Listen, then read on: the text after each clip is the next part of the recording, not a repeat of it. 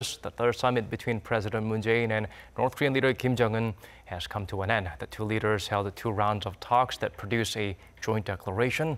The main event of day 3 was a visit to Osan Mountain, the Korean peninsula's highest mountain. The joint trip of the leaders highlighted the recent rapprochement between the divided Koreas. And now President Moon is back in Seoul. Upon arrival, he addressed the media at the main press center. To help us dissect all that's happened during the trip up north and the way ahead, we have with us our political correspondent Kim Min-ji on my left. Min-ji, thank you so much for making time for us again. Thank you for having me. Now, let's first start things off by connecting to our press center in Seoul. Soon after President Moon ended his historic trip to North Korea, he made a surprise visit to the Seoul Media Press Center set up at the Dongdaemun Design Plaza located in downtown Seoul. Let's connect to our Cheongwade correspondent Hwang Ho-jun, who has been there for the past several days and several hours as well, covering President Moon's every move. Ho-jun, the summit has come to an end, and I'm sure President Moon had a lot to talk about when he was briefing the nation. That's right, Daniel. Just about an hour after President Moon landed at this Seoul Air Base, President Moon stopped by the Seoul Media Press Center and stood on the podium that you see right behind me, briefing the results of his summit with his North Korean counterpart, not just to the press, but to the entire nation. He evaluated his 3-day visit to Pyeongyang a significant advancement of trust between the two Koreas. He first thanked the North Korean leader and the Pyongyang citizens for their heartfelt hospitality and said he held deep and sincere conversations with Kim Jong-un on topics including the denuclearization and the Pyongyang-Washington relationship.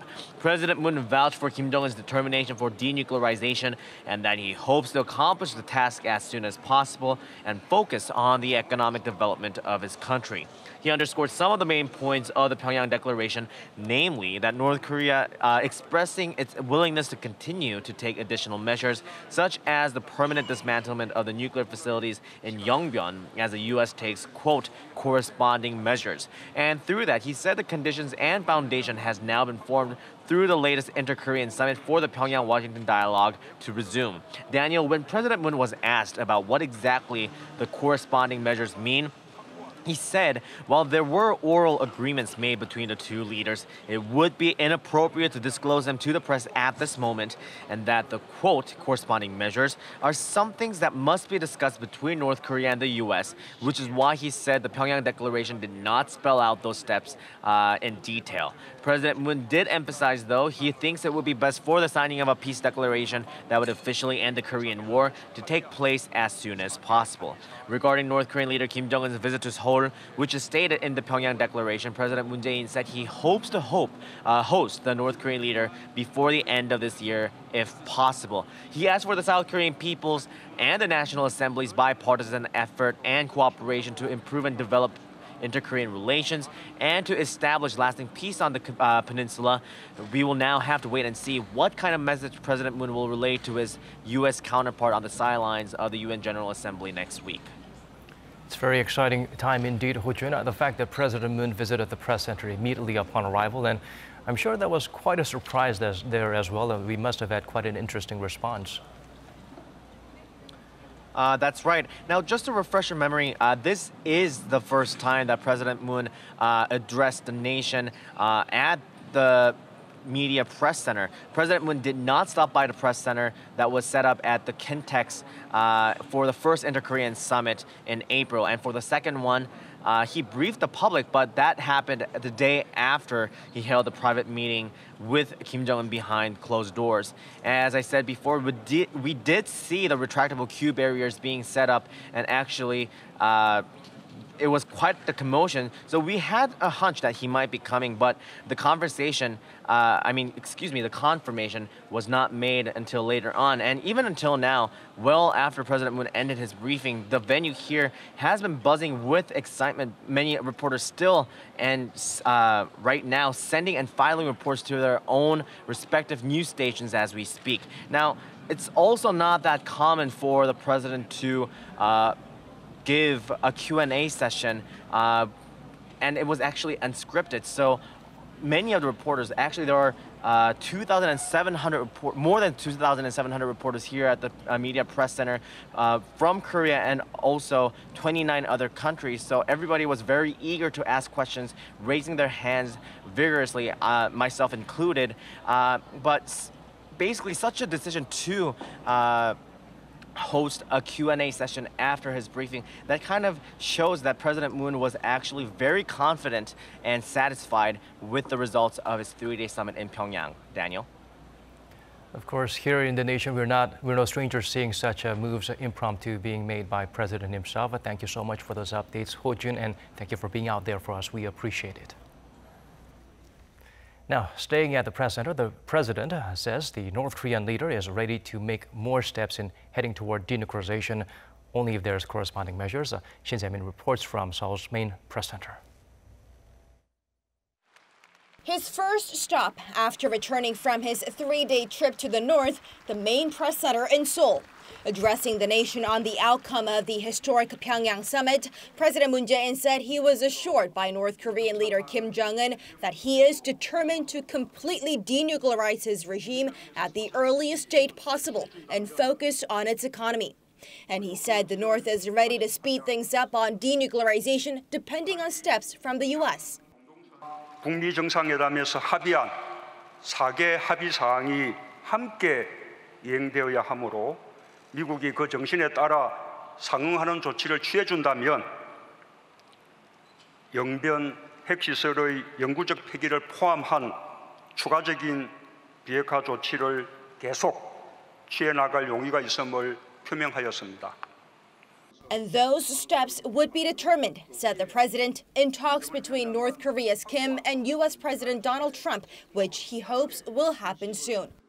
And on the issue of how to put an official end to the Korean War, the president said he and his North Korean counterparts have the same idea. 비핵화의 어떤 구체적인 방안 또는 그에 대한 또 상응 조치 이런 부분들은 기본적으로 북미 간에 논의될 그런 내용입니다. 그래서 남북 간에 논의한 내용 가운데 합의 문안에 어느 정도 또 어떤 표현으로 담을 것인가 라는 데 그 논의를 많이 했었고 The president then said a peace treaty with the North will follow after complete denuclearization. And he said the military agreement reached by the two Koreas has created the conditions for a swift resumption of talks between Pyongyang and Washington. President Moon has done his part by bringing his North Korean counterparts another step forward in the process of denuclearization. Now the question is when and what sort of corresponding measures will be drawn out from the U.S., something that could possibly come out during the talks between Presidents Moon and Trump in New York next week. Shin Se-min, Arirang News. The two leaders visited North Korea's Osan Mountain this morning. President Moon Jae-in finally got to fulfill his wish of using the Korean route to hike up the symbolic site. Park Hye-jun has the details. They held their hands up together at the peak of Osan Mountain. South Korean President Moon Jae-in, North Korean leader Kim Jong-un, and the First Ladies ascended the iconic mountain on the last day of the Pyongyang summit, the last stop on their schedule before returning to Seoul. A deeply meaningful day, especially for President Moon, who got to tick off a wish on his bucket list.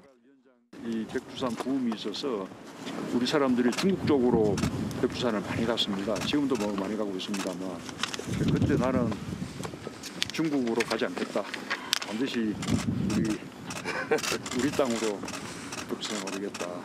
그렇게 이제 다짐을 했었는데 그런 세월이 금방 올 것 같으니 멀어졌어요.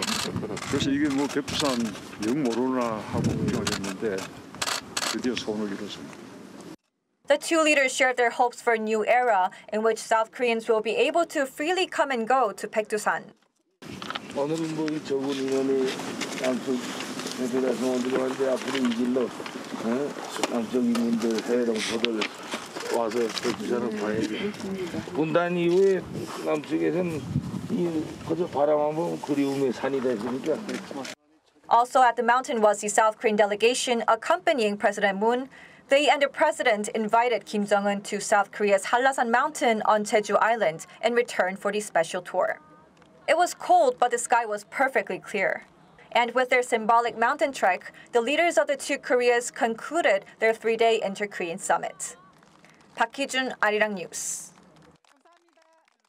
And now let's take a look at the age-old significance of Baekdusan. The mountain has a special place in the hearts of all Koreans from both south and north. It's a proud part of their history, which stretches back more than 5,000 years. Woo Soo-young explains further. The sacred Baekdusan mountain on the northernmost point of the peninsula has once again been highlighted as the symbol of Korean identity after President Moon Jae-in and Kim Jong-un's visit following their summit talks this week. Meaning Whitehead Mountain in Korean, Baekdusan is the highest mountain on the peninsula and in northeast China with a height of 2,744 meters. It has had a major role in Korean history, stretching back more than 5,000 years. It's the birthplace of Jongun, the legendary founder of Korea, who ruled for some 1,500 years according to myths. He first established his capital in the city of Pyeongyang before turning into a mountain god. This story and various other Baekdusan fables have inspired a sense of national identity and the noble spirit of the Korean people, depicting the mountain's tall mystical peaks and its Cheonji crater lake.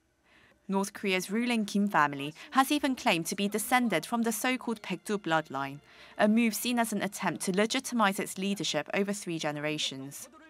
With its historical significance still alive in both present-day Koreas, the South and North during the 2007 summit agreed to run tours to the mountain and establish a direct air route from Seoul, but the plan was never carried out. And during the April summit in Panmunjom this year, President Moon expressed his wish to visit Baekdusan Mountain and see its crater lake, Lake Cheonji, from the Korean side and not the Chinese side. Kim appears to have taken note, inviting Moon on a trip to the mountain on the last day of his Pyongyang visit. Many observers believe this indicates a positive move towards cooperation, as the two Koreas set out to overcome decades of military tension and frosty relations. Woo Soo-young, Arirang News. Meanwhile, Donald Trump praised the historic third inter-Korean summit of the year. The U.S. president said there's been tremendous progress with North Korea on several fronts, including Pyongyang's denuclearization. Lee Seung-jae shares with us his remarks. Speaking to reporters at the White House on Wednesday, U.S. President Donald Trump praised the inter-Korean summit, adding the agreements reached between the two leaders in which the North said it would permanently abolish its key missile facilities with witnesses as being very good news. We had very good news from North Korea, South Korea. They met and we had some great responses. I got a tremendous letter from Kim Jong-un. As you know, it was delivered 3 days ago. We're making tremendous progress with respect to North Korea. The U.S. leader also talked about the progress being made with North Korea, putting an emphasis on the ending of missile and nuclear testing. Prior to becoming president, it looked like we were going to war with North Korea, and now we have a lot of progress. We've gotten our prisoners back. We're getting our remains back. They continue to come in. A lot of tremendous things, but very importantly, no missile testing, no nuclear testing. Now they want to go and put a bid in for the Olympics. No, we have a lot of very good things going. Meanwhile, U.S. Secretary of State Mike Pompeo says the U.S. is prepared to immediately engage in talks with North Korea in the wake of this week's inter-Korean summit. The top U.S. diplomat said in a statement that the U.S. congratulates the leaders of the two Koreas on the successful outcome of their meeting in Pyongyang and welcomed the North Korean leaders' reaffirmation to denuclearize the peninsula. Pompeo says he has invited his North Korean counterpart Lee Yong-ho to meet him in New York next week on the sidelines of the UN General Assembly, where they are both scheduled to be in attendance. He also said the U.S. has invited Pyongyang officials to meet with the new U.S. Special Representative for North Korea, Stephen Biegun, in Vienna at the earliest opportunity. Lee Seung-jae, Arirang News. High hopes were expressed by China, Russia, and Japan, the other former members of the six-party denuclearization talks. They hoped improvements could be made toward denuclearization and permanent peace on the peninsula. Kim Ji-yeon has more on the response to the inter-Korean summit. South and North Korea's neighboring countries of China, Japan, and Russia gave their responses to the third Inter-Korean Summit of 2018. The Chinese government said it welcomes the dialogue on Wednesday, the day when the two Koreas signed a joint statement as well as a military agreement to reduce tensions. As a close neighbor, China always supports improvements in inter-Korean relations through dialogue. China hopes the two Koreas can actively implement the consensus made in their joint declaration and make continuous efforts to play a positive role toward achieving long-standing peace in the region. Meanwhile, Japan says it hopes improved inter-Korean relations could lead to the resumption of denuclearization dialogue between North Korea and the U.S. It also called for specific actions from the North for the complete denuclearization of the Korean peninsula. In a regular briefing, Japan's Chief Cabinet Secretary Yoshida Suga called for North Korea to promptly carry out its denuclearization efforts as agreed upon by the two Koreas, as well as the agreements made during the Singapore summit in June. Japan says it hopes for a separate summit between North Korea and Japan, saying it's communicating through various channels in South Korea and Japan to make it happen, but nothing is settled as of now. Russia, another former member of the six-party denuclearization talks, says it welcomes the signing of the military agreement between the two Koreas. Russia's presidential spokesman Dmitry Peskov says Moscow considers the move an effective step towards settling issues regarding North Korea's nuclear program. Kim Ji-yeon, Arirang News. One of the six agreements the two Korean leaders reached during their latest summit stood out for a number of reasons. It states Kim Jongun would try to visit the South this year. Hong Yu zooms in on the significance of this promise. 나는 문재인 대통령에게 가까운 시일 안에 서울을 방문할 것을 약속했습니다. With that, the North Korean leader hinted at a possible visit to the South Korean capital. He made the announcement at the press briefing that followed the signing of the Pyeongyang joint agreement on Wednesday. And his plans to visit South were also included in that agreement made between the two leaders. President Moon added that the visit is likely to take place within this year. If Kim does make the trip, he will be the first North Korean leader to visit Seoul, and that would be a landmark moment for inter-Korean relations. During the 2000 Inter-Korean Summit, then North Korean leader Kim Jong-il had also promised then South Korean President Kim Dae-jung that he would visit South Korea. But that plan fell apart.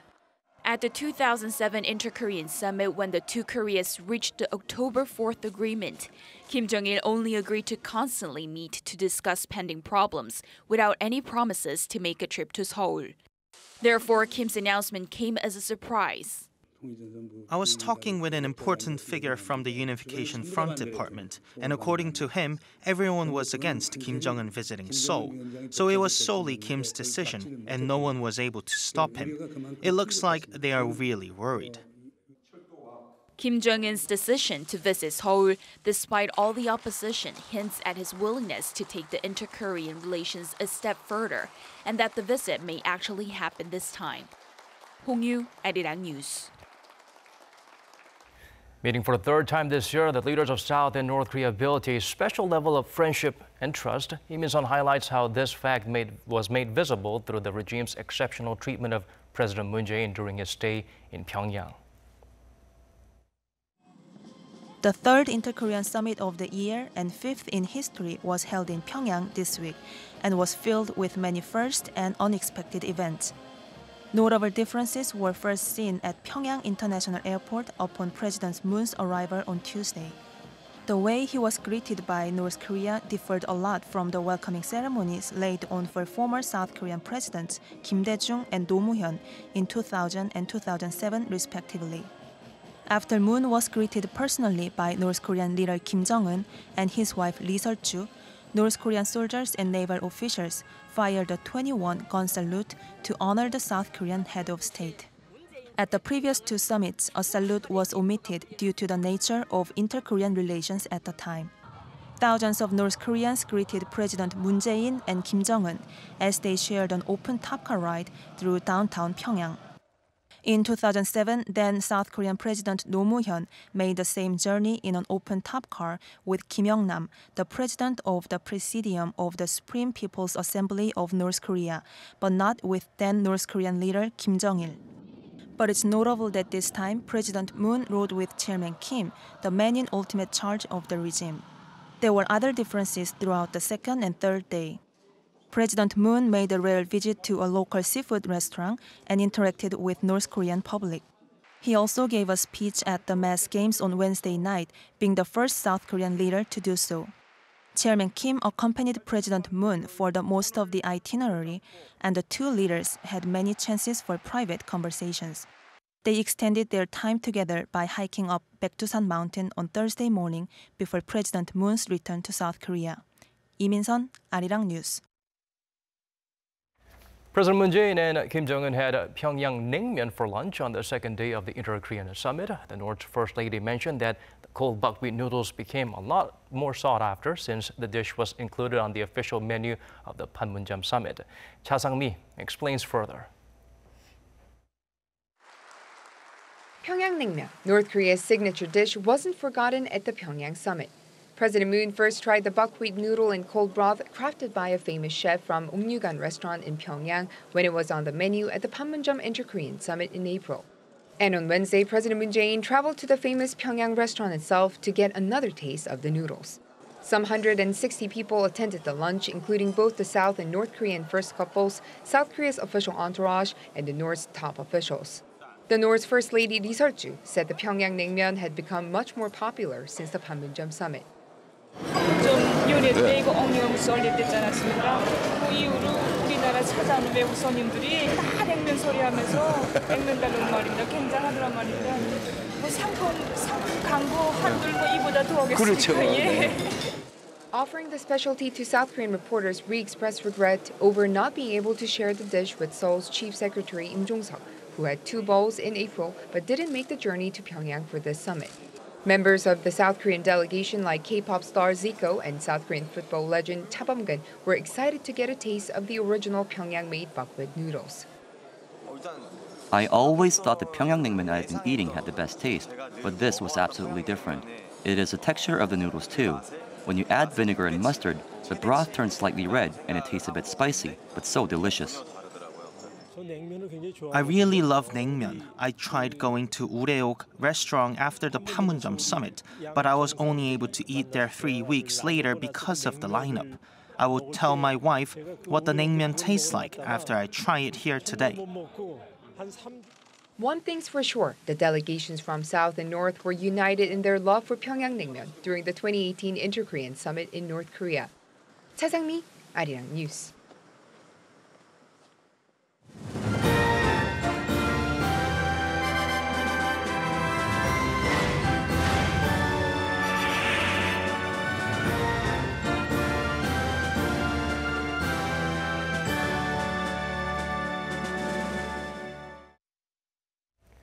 We have an expert standing by to provide us his insights. Let's connect via Skype to Dr. John Nissen, a Senior Research Associate at the Massachusetts Institute of Technology's Security Studies Program. It's great to have you with us, Dr. John Nissen, Great to be here. Can I just correct one thing? I'm actually at Chatham House, not at MIT, and also at Cambridge University. Right, let me correct that. Thank you so much for joining us at this hour. First of all, let's start with the question, the Pyongyang Declaration. Was the content of it close to the kind of agreement that you were hoping to see? Well, I think most of us were surprised by the breadth and the extensiveness of this very substantial agreement in terms of what's been agreed between the two Koreas, the commitment by Chairman Kim to potentially visit the South sometime this year. Very importantly, I think those measures to improve security on the peninsula, confidence-building measures in the DMZ, in the West Sea, the possibility of a commitment by the North to dismantle its Yongbyon reactor. All of those are very substantial agreements. So I think, yes, we can welcome this. It's a very bold and important first step. It's a sign of growing confidence between the two Koreas. But, and it's an important but, it does not deal with the fundamental issue, which, of course, is the question of denuclearization. So how much steps forward have we taken in terms of denuclearization and reducing military tensions, in your opinion? Well, we've got an indication that the North is willing to go the extra mile and perhaps at some stage provides the sort of reassurance that the Americans want. as well as, of course, the international community, which is an inventory, a listing of North Korea's nuclear stockpiles, how many nuclear weapons it has, and linked to that, we need a timetable for when the North will be prepared to give up that stockpile. The other question, of course, which remains unclear, is what the United States will do to provide its own reassurance, its reciprocal commitments to the North, to encourage them to provide detail on that inventory. Donald Trump has been saying recently that he welcomes the agreement, he's optimistic, but what we don't know is whether that optimism will translate into real actions by the Americans that will satisfy the North Koreans. The fact that Washington has reached out and said they want to talk to the North with its Foreign Minister Ri Yong-ho is, I think, a very good first step. So how does this latest meeting and its outcome compare to the previous inter-Korean summits, especially the ones held in Pyongyang back in the year 2000 and 2007? I suppose there are three things to single out. One is the fact that this was a longer visit compared to those previous two summits. Two is, I think, the very real rapport between the two Korean leaders. Obviously, this is not the first time they've met, so they've had the opportunity to get to know one another. And in all of this, I think not only the boldness of President Moon, who I think has walked a very fine line to manage expectations, to keep the North Koreans on side, and to keep the Americans engaged, but equally importantly, the willingness of Chairman Kim to take risks. We heard in your report, of course, the opposition of people close to him to a visit to South Korea. That's, I think, an indication of his confidence. Of course, we have to wait to see whether, in fact, that visit will materialize. But I think the North Korean leader is showing a willingness to present himself in an uncharacteristic light, fairly modest, fairly downbeat in terms of the way in which he presents himself and his authority, quite deferential to his South Korean counterpart, and giving President Moon, of course, unique opportunities, that symbolic visit to Mount Paektu, the opportunity to talk to ordinary North Koreans, but also to give that 7-minute address that was much commented on in the international media recently. So how effective was the summit in terms of mediating and accelerating dialogue between Pyongyang and Washington, and what kind of change and progress can we expect in the second Kim-Trump summit? Well, I think it all remains to be seen, doesn't it, really? The quick response from Secretary of State Pompeo suggesting that he wants to meet and start those important deliberations is a good sign. But it's difficult to know what will come out of those discussions. I think Washington's view at the moment is that they want to test the resolve of the North Koreans. How serious is Kim Jong-un about giving up his nuclear capabilities? We also don't know what the Americans are prepared to offer. Will they agree to a peace declaration? Will they agree effectively to end the armistice and replace it with a formal peace treaty? The reason why that's complicated is twofold. One is the question of timing, whether the Americans will do that first or whether they expect the North Koreans to act first. And secondly is the question of what impact any form of peace declaration will have on the US-South Korean security relationship. Washington and Seoul, I think, recognize the importance of keeping that security relationship strong as a means of maintaining their deterrence and not weakening their military position in the face of the North Koreans. All right, thank you so much for sharing us with your insights. We appreciate it. My pleasure. Now, we do have an expert joining us in the studio as well. We have Dr Poom Yong Sik, researcher at the Yonsei Institute for North Korean Studies, our regular contributor in Arirang TV and highly in demand in various stations around the nation. Thank you so much for making time for us. Thanks for the kind words. Well, I know you're a very busy man and very tired and very bursting with a lot of knowledge and insights into various developments so far. Let's first start by turning to our Kim Min-ji, who has been standing by with us in the studio for a brisk rundown of the presser that President Moon Jae-in held immediately upon arrival in South Korea. Yep, so like you said, as soon as he arrived in South Korea, he visited the main press center in DDP in central Seoul. Now, he first started by thanking the Korean people for their support and also thanked the North Koreans for the warm welcome that he received. He said that he met Kim Jong-un a lot of times. In fact, it's 12 official occasions that they met. and they held candid talks and were able to build trust and develop their ties. Now here he said most of his first summit talks were used to talk about denuclearization, and he also saw Kim Jong-un's commitment to denuclearization. He said, in fact, Kim Jong-un is ready to accelerate denuclearization of his country in exchange for security guarantees from the U.S. Now, more exactly, in the summit agreement we saw yesterday, they said if the U.S. makes corresponding takes corresponding measures, North Korea is also willing to shut down its Yongbyon facility. So they said there are items that they did not discuss or did not include in the joint declaration, and those messages will be delivered to the U.S. side in detail when he meets with U.S. President Donald Trump next week. I think that those were the key words that really woke up a lot of people who were watching and listening there. On that note, Dr. Bong, would you like to elaborate on the possible discussion subjects that has not been highlighted yet by President Moon Jae-in once he speaks to his American counterparts and officials there? Well, I mean, it seems like this summit meeting between President Moon Jae-in and Chairman Kim Jong-un have achieved the three main goals that was elaborated by the Blue House before President Moon's departure to Pyongyang. One is the improvement of the security conditions on the Korean Peninsula. I would say that they can check the checkbox because there's a series of the confidence building measures and tension reduction measures. Although a lot of things are still subject to further negotiations by high-ranked military officials. Second thing was the improvement of inter-Korean cooperation. I would say that they made many big important promises of resuming or beginning major economic projects, but everything depends on lifting or diluting of existing economic sanctions on North Korea. So it is waited to be seen. The third one is denuclearization on the Korean Peninsula.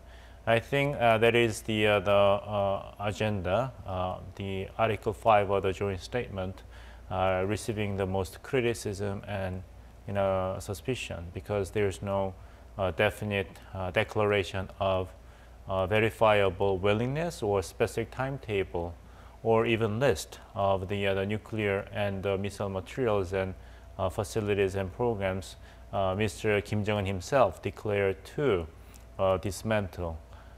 So there is a bit of a disappointment, but the Blue House explanation is that that issue is not an issue that to be decided between the two leaders of Korea, and there's a lot more important developments that cannot be contained in the letters of the joint statement by the two leaders. So the show goes on, and we have to wait and see what is going to be decided between U.S. and DPRK in the future meetings. The first site will be the meeting between Mr. Stephen Biegun and his counterpart, probably Mr. Choi Sung-hee of the Foreign Ministry. Right, this will be an in important Vienna. debut for Stephen Biegun. And the other one is meeting between Secretary Mike Pompeo and his counterpart Lee Young-ho in the sidelines of the General Assembly meeting of the United Nations in New York. And if things goes well, then then we can expect to see another summit meeting between President Donald Trump and Chairman Kim Jong-un. Right. Turning back to you, Min-ji, it seems like the footage we saw just now was the signing and the announcement of the declaration. It seemed very systematically and fluidly carried out compared to, I guess, previous sessions. You mean the press conference that they had today? Right, and also when the two leaders first signed and announced and showed the agreement that was signed. Yeah, so yesterday, before they went into the signing of the Pyongyang Declaration, their expressions were kind of very, very firm. All business. That's right, because we saw all smiles when they first met at the airport, but when they were actually getting down to business, he had more of a serious look. Now, when they actually started the press conference, joint press conference yesterday together, it was actually the first time that North Korean leader Kim Jong-un expressed his willingness to denuclearize, and that was what people were actually looking for, to see whether this statement would include North Korea's denuclearization process, or whether he would make a verbal response in terms of denuclearization. Right, the official agenda, denuclearization during a summit, this is unprecedented, right, Dr. Bong? Well, I'm a little bit cautious to wholeheartedly accept the explanations given by the South Korean government. I would have much liked to listen to the explanations directly from horse's mouth, which is North Korean authority. But it was, once again, not Chairman Kim Jong-un, but South Korean authority, President Moon Jae-in, elaborate on what the Article 5 of the joint statement regarding denuclearization on the Korean Peninsula would be in more specific terms. And it was South Korean authority, not North Korean leader himself, to explain that we have confirmed the genuine intention, very strong will of North Korean authority to carry out denuclearization. So we have not really heard the word directly from the supreme authority of North Korean system. Some people say that given the nature of North Korean system, it will be very difficult, if not impossible, for Mr. Kim Jong-un to actually utter the word that we are going to lay down our nuclear weapons and missiles, which North Korean constitution is hinged upon. Because the preamble of the North Korean constitution since 2013 officially defined North Korea as a nuclear power state. So anybody saying anything, even in slight reinterpretation or even transgression of that constitutional definition, will be against the other republic. So it might be a very difficult task even for Mr. Kim Jong-un, even though he's the absolute authority in North Korea.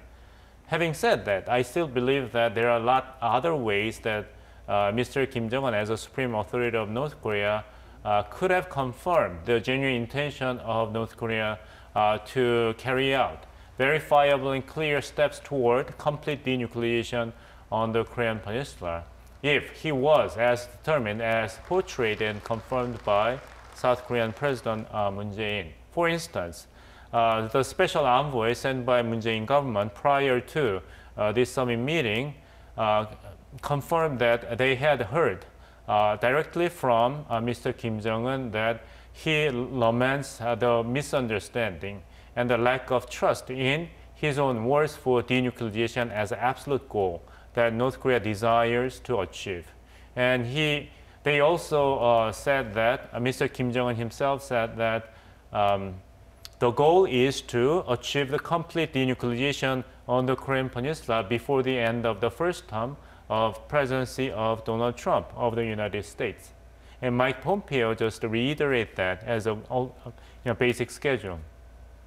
If Mr. Kim Jong-un actually said that many times and very clearly to South Korean envoys, then he could have said that in any form during these 3 days as a very clear indication that North Korea means business. North Korea has a genuine and unwavering intention to carry out its promises toward denuclearization with very specific timetable. Very specific timetable has been the missing part that the United States has been pointing out that should be confirmed by North Korean authority in response to North Korea's demand for official declaration of the end of the Korean War in return. So the definition of complete denuclearization or timetable or list of nuclear materials and programs, facilities, and the missile parts that the United States have been demanding North Korea are not part of this joint statement issued by two Korean governments. It might be impossible for these two Korean governments to actually work on these important agendas. And you can say that all these issues are basically to be handled by North Korea and the United States. But since it was Moon Jae-in government of South Korea to actually enumerate one of 3 major agendas on the table to be discussed, it is a rather glaring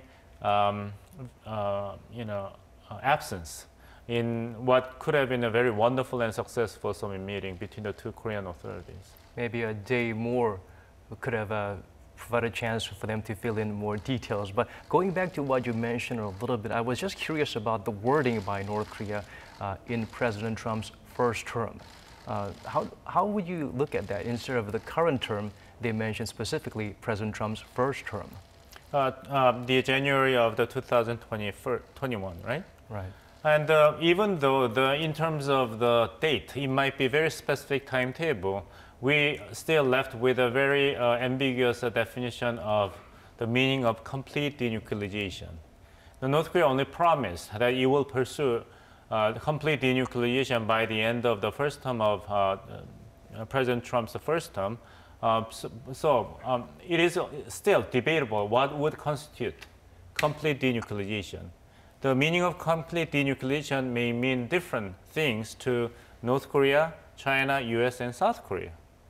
So some people might play that statement by Chairman Kim Jong-un as a very clear demonstration of the willingness and determination to move toward the denuclearization of North Korea with a specific timetable. But other people would still question that the door is still open, ajar, because North Korea can always backpedal by saying that, our definition of complete denuclearization is misunderstood by you. Right, North Korea still has a long ways to go in terms of winning back the trust of the international community.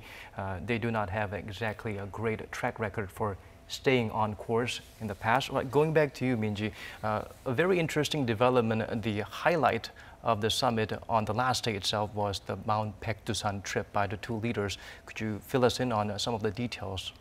So it wasn't prearranged, they say. The Blue House says it was announced yesterday abruptly that the two leaders would be visiting Baekdusan Mountain.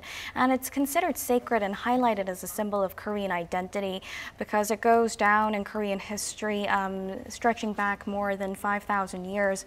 And President Moon Jae-in had requested a number of times that he wanted to visit Baekdusan using the North Korean route instead of the Chinese route, and obviously it was a dream come true for him.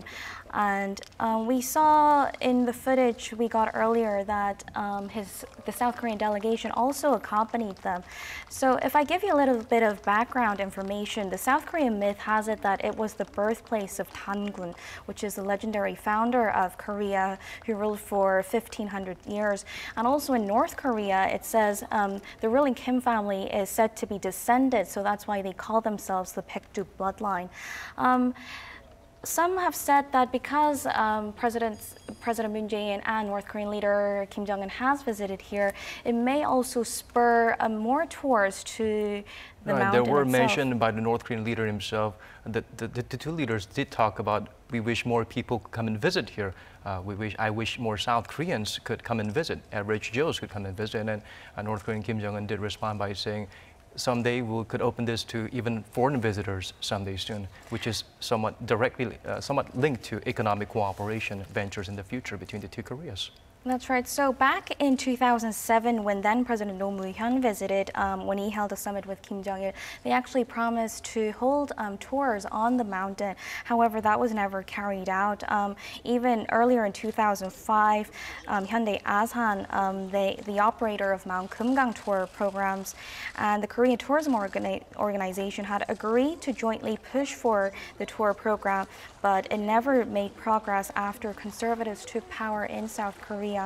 So we will have to see if they do resume these kind of tours. But like the professor mentioned earlier, sanctions are still imposed on North Korea. So resuming these tours, we'll have to wait and see. So, Professor Bong, it looks like there's still a lot of heavy responsibility and expectations on the part of President Moon Jae-in.